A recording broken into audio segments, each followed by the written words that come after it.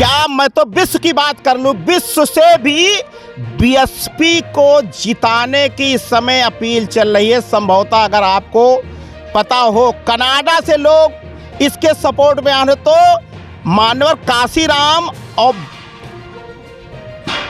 भीमराव अंबेडकर जी के मिशन को पूरा करने वाली एक ही पार्टी है उत्तर प्रदेश में, जो कि है बहुजन समाज पार्टी, जहां सर्वजन हिताय सर्वजन सुखाय की बात होती है। में मंदी है। और इस समय वर्तमान में अगर आप आर्थिक रूप का सर्वेक्षण करेंगे तो उसमें पाएंगे भारत में वर्तमान में इस समय आज की डेट में घोर मंदी से भारत देश गुजर रहा है। साइंटिफिक थिंकर ने कहा है, अगर आप किसी भी देश के ऊपर ज़्यादा शासन करना चाहते हैं, सत्ता हासिल करना चाहते हैं, तो उस देश की जनता को धर्म की अफीम के नशे में झोंक दो। वहाँ की जनता केवल धार्मिक नशे में मदमस्त रहेगी। उसको ना शिक्षा से मतलब रहेगा, ना रोजगार से मतलब रहेगा, केवल और केवल वो मंदिर या मस्जिद की बात करेगी।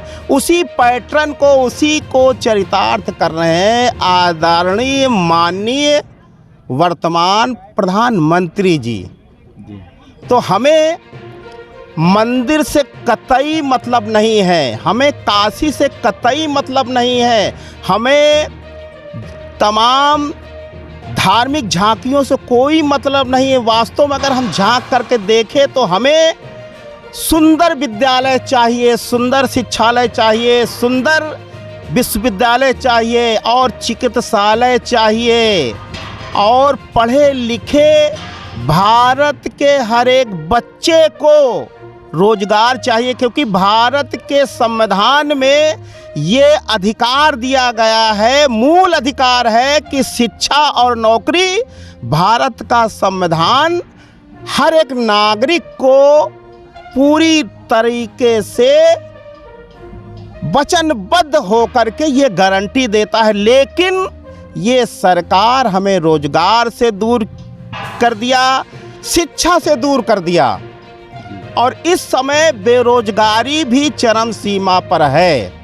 तो क्या आपको ऐसा लगता है कि जैसे केजरीवाल दिल्ली में कर रहे हैं और यूपी में योगी और देश में मोदी जी लोगों को गुलाम बनाना चाहते हैं? सर, ये बिल्कुल आपकी बात से मैं 100% सहमत हूँ।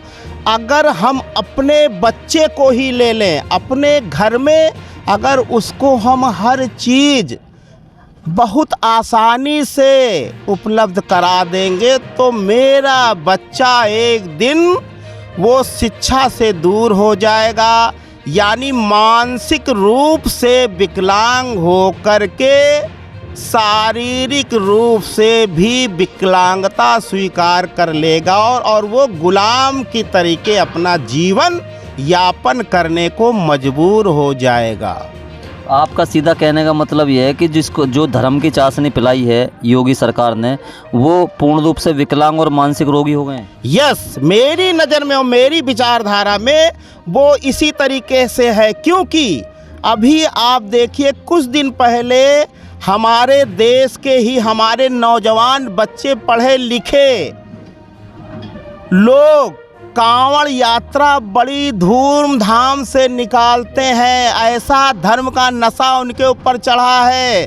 ये योगी सरकार कांवड़ यात्रियों के ऊपर तो हेलीकॉप्टर से फूल बरसा रही है, पुष्प वृक्ष कर रही है। लेकिन वहीं जब हमारे लोग नौकरियां मांगते हैं तो ये पुष्प की बौछार दूर रखती है, फिर लाठियों की बौछार करने लगती है।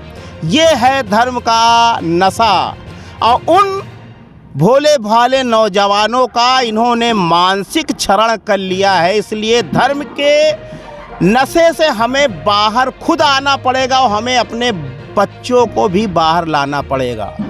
लेकिन जो सरकार है उसमें बैठे मंत्री हैं, उसमें बैठे नेता हैं, इस समय जो भारतीय जनता पार्टी की सरकार है वो तो ये कह रहे हैं कि हमने अपराधियों को जेल में डाल दिया है और आप अगर सरकार बनाओगे तो मुस्लिम आपको खा जाएंगे, मुस्लिम आप पे अत्याचार करेंगे। तो ये बार बार मुस्लिमों का नाम क्यों लेते हैं भारतीय जनता पार्टी के नेता? ये हिंदू मुस्लिम के नाम पर हमारे लोगों को भड़का करके, जैसे कि अभी उत्तर प्रदेश के राष्ट्रीय चैनलों द्वारा ये प्रचारित किया जाता है, न्यूज़ चैनल द्वारा, सुश्री योगी यशस्वी सीएम इतना बेहतरीन काम कर रहे हैं कि उनको अपना बैनर खुद ही लगाना पड़ रहा है, काम कहीं कुछ नहीं हो रहा है। सोच ईमानदार, काम दमदार, इस बात को ये वही तरफ जा रहे हैं कि अपने मुंह मियाँ मिट्ठू बनने की बात है। आप काम कर रहे तो तारीफ जनता करे तब तो बात बनती है। ये योगी सरकार और मोदी सरकार केवल प्रचार की सरकार है, प्रचार की सरकार है। आप कह रहे हैं प्रचार की सरकार है और वो कह रहे हैं कि हमने किसानों की आय दुगनी कर दी और जनधन खाते में पैसा जा रहा है और लोगों के राशन फ्री में बांट रहे हैं। सर मैं फिर यही कह रहा हूँ, अगर किसानों की आय दोगुनी हो गई होती तो दिल्ली और दिल्ली से सटे उत्तर प्रदेश के बॉर्डर पर लगभग 1 साल से अधिक किसानों ने आंदोलन किया है और उस आंदोलन के दौरान अनगिनत किसान अपने प्राणों की आहुति दे चुके हैं, अपनी कुर्बानी दे चुके हैं। 700 प्लस से अधिक लोगों की जाने गई हैं किसान। अब मान तो ली प्रधानमंत्री जी ने उनकी बात, ये भी छलावा है, मुंह से कह देना और बिल बनवा करके दोबारा पेश करवा करके उसको उसी तरीके, जिस संवैधानिक तरीके से बिल पास किए जाते हैं उसी संवैधानिक तरीके से इस बिल की वापसी नहीं हुई है। तो हमें गुमराह नहीं होना है। हमारे भारत देश के किसान इस बात को बाखूबी समझ गए हैं और बीजेपी के नेता फिर यही कह रहे हैं कि अभी ये पूरी तरीके से वापस नहीं किया गया और फिर इसे लागू करेंगे हम। आपको क्या लगता है बहुजन समाज पार्टी की सरकार आ पाएगी? हमें तो पूरा यकीन है कि कई बार से उत्तर प्रदेश की जनता सभी का शासन देख चुकी है, लेकिन अब वो बहन जी के 4 बार शासन काल को याद कर रही है।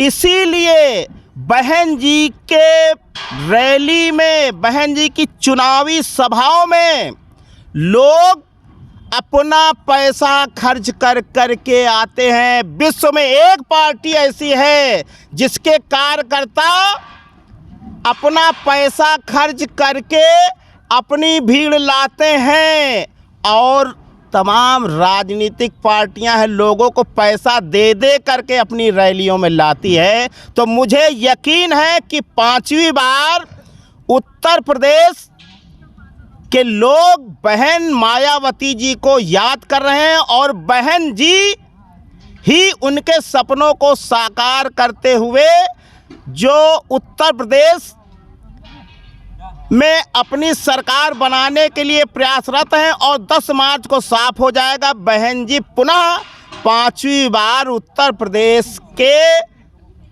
सत्ता पर काबिज होगी और उत्तर प्रदेश को वास्तव में अब की बार उत्तम प्रदेश बना करके भारत के संविधान को लागू कर देंगी। सबसे बड़ी अम्बेडकरवादी पार्टी और कांसीराम मूवमेंट पे चलने वाली पार्टी देश में कौन सी है? हमें लग रहा है कि मात्र भारत में, क्या मैं तो विश्व की बात कर लूं, विश्व से भी बीएसपी को जिताने की इस समय अपील चल रही है। संभवतः अगर आपको पता हो कनाडा से लोग इसके सपोर्ट में आ रहे, तो मानवर कांसीराम और भीमराव अंबेडकर जी के मिशन को पूरा करने वाली एक ही पार्टी है उत्तर प्रदेश में, जो कि है बहुजन समाज पार्टी, जहां सर्वजन हिताय सर्वजन सुखाय की बात होती है। मात्र एक पार्टी है, एक ही विकल्प है, एक ही विकल्प है। और उत्तर प्रदेश क्या भारत के लोग के दिल का ये संकल्प है कि अब की बार बीएसपी सरकार, अब की बार बीएसपी सरकार, अब की बार बीएसपी सरकार। आपसे अंतिम सवाल, आपने कहा कि एक ही पार्टी है अम्बेडकरवाद और उस मिशन मूवमेंट पे चलने वाली, लेकिन बहुजन समाज के कुछ नेता वो ये कह रहे हैं कि अब लाल टोपी वाले भी अम्बेडकरवाद का विकास करेंगे और कांशीराम जी की विचारधारा पे काम करेंगे। सर जी, लाल टोपी वाले तो कभी भी अम्बेडकरवादी नहीं हो सकते, क्योंकि अगर अम्बेडकरवादी पार्टी है तो वो सिर्फ कलम और किताब की बात करती है। लाल टोपी वाले परसा लेकर के परशुराम की बात करते हैं तो वो कभी भी अम्बेडकरवादी पार्टी नहीं हो सकती, नहीं हो सकती, नहीं हो सकती। क्योंकि एक हाथ में भीम का संविधान, दूसरे हाथ में परशुराम का परसा, कदाप वो पार्टी अम्बेडकरवादी नहीं हो सकती। लेकिन जो जिनकी आप बात कर रहे हो वो लोग तो ये कहते हैं कि बहन जी ब्राह्मणवादी हो गई हैं। सर जी, जहां पर बाबा साहब की बात आती है, मानवर काशीराम की बात आती है, और यही एक पार्टी ऐसी है जो वैज्ञानिक सोच को बढ़ावा देती है। वैज्ञानिक सोच को बढ़ावा देने का मतलब है ये पार्टी बुद्ध की बात करती है, तमाम लोगों के धर्म की बात करती है, लेकिन बिना किसी भेदभाव के बात करती है। इसलिए यही एक बीएसपी ऐसी पार्टी है जहां पर जब बुद्ध जी की बात करती है तो वहां जातियां स्वतः ही समाप्त हो जाती हैं। यहाँ पर हर वर्ग, हर कम्युनिटी का स्वर्ण काल आ जाएगा बीएसपी के आने से। और अगर बीएसपी नहीं आती है तो जान लीजिए आप, आपके एसएम न्यूज़ का मैं आपके माध्यम से आपको बहुत बहुत बधाई देता हूं, क्योंकि मीडिया का इस समय स्वर्ण काल चल रहा है। क्योंकि मीडिया पूरी तरीके से स्वर्णवादी है, स्वर्णवादी को सोच को बढ़ाती है। और आप ये जान लीजिए, आप इस रैली को कवर करने आए, उसके लिए आपको और आपकी टीम को मैं हार्दिक बधाई देता हूं, क्योंकि आप उनसे अलग हैं। इसीलिए बहन जी की रैली को, बहन जी की चुनावी सभाओं को कवर कर रहे हैं। आपका बहुत बहुत धन्यवाद। जय भीम, जय भारत, जय संविधान। अगर आपने अभी तक हमारा चैनल सब्सक्राइब नहीं किया है तो सब्सक्राइब करें और घंटी का बटन बिल्कुल भी दबाना ना भूलें, ताकि सभी लेटेस्ट खबरें पहुंच सकें आप पे सबसे पहले।